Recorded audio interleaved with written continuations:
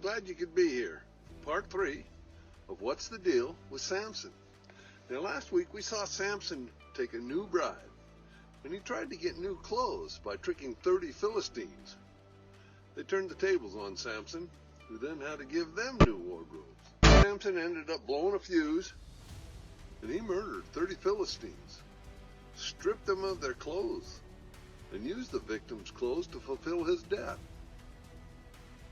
But then he got even angrier. He destroyed all of the Philistines' agriculture. He slaughtered still more. Now we pick up the story in Judges 15:9 through 20. Now the Philistines went up and they camped out in Judah, spreading out near Lehi. The people of Judah asked, "Why have you come to fight us?" "Well, we've come to take Samson prisoner," they answered, "to do to him as he did to us." Then 3,000 men from Judah went down to the cave in the rock of Elam and said to Samson, "Don't you realize that the Philistines are rulers over us? What have you done to us?" And he answered, "I merely did to them what they did to me." Now don't confuse this with the golden rule. Jesus taught the golden rule, which is found in Matthew 7:12, when he said, "So in everything, do to others what you would have them do to you." For this sums up the law of the prophets. Continuing now in 15:12. And they said to him, "We've come to tie you up and to hand you over to the Philistines." Samson said, "Swear to me that you won't kill me yourselves." "Agreed," they answered. "We will only tie you up and hand you over to them. We will not kill you." So they bound him with 2 new ropes and led him from the rock. Now as he approached Lehi, the Philistines came toward him shouting, and the Spirit of the Lord came powerfully upon him. Uh-oh, here we go again. Samson's about to get real busy. So the ropes on his arms became like charred flax, and the bindings dropped from his hands. Finding a fresh jawbone of a donkey, he grabbed it and struck down 1,000 men. Then Samson said, "With a donkey's jawbone, I have made donkeys of them.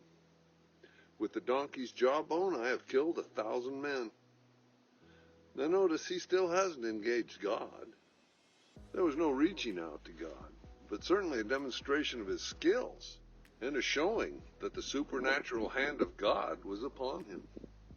Now when he finished speaking, he threw away the jawbone. The place was called Ramath Lehi, which meant hill of the jawbone. Because he was very thirsty, he cried out to the Lord, "You've given your servant this great victory. Must I now die of thirst and fall into the hands of the uncircumcised?" Then God opened up a hollow place in Lehi, and water came out of it. When Samson drank, his strength returned and he was revived.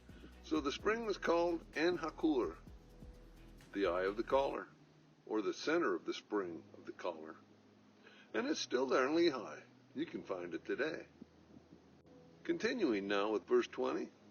Samson led Israel for 20 years in the days of the Philistines, meaning he harassed them for 20 years. Now moving on into Judges 16:1 through 10. One day Samson went to Gaza, where he saw a prostitute. He went in to spend the night with her. No surprise there. It's all about Samson, all about his wants and his needs. The people of Gaza were told Samson is here, so they surrounded the place and lay in wait for him all night at the city gate. They made no move during the night, saying at dawn, "We'll kill him." But Samson lay there only until the middle of the night. Then he got up, took hold of the doors of the city gate, together with the 2 posts, and tore them loose, bar and all. He lifted them to his shoulders and carried them to the top of the hill that faces Hebron. Well, we've arrived at the crossroads where Samson meets Delilah. Sometime later, he fell in love with a woman in the valley of Sorek, whose name was Delilah. I'm reading now from Judges 16:4 through 9. The rulers of the Philistines went to her and they said, "See if you can lure him into showing you the secret of his great strength, and how we can overpower him so that we might tie him up and subdue him. Each one of us will give you 1,100 shekels of silver." So Delilah said to Samson, Oh, honey, please tell me the secret of your great strength and how you can be tied up and subdued.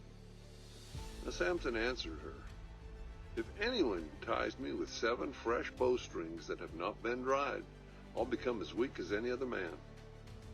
Then the rulers of the Philistines brought her 7 fresh bowstrings that had not been dried, and she tied him up with those. With men hidden in the room, she called out, Samson, Samson, the Philistines are upon you. But he snapped those bowstrings as easily as a piece of string snaps when it comes close to a flame. So the secret of his strength was not discovered.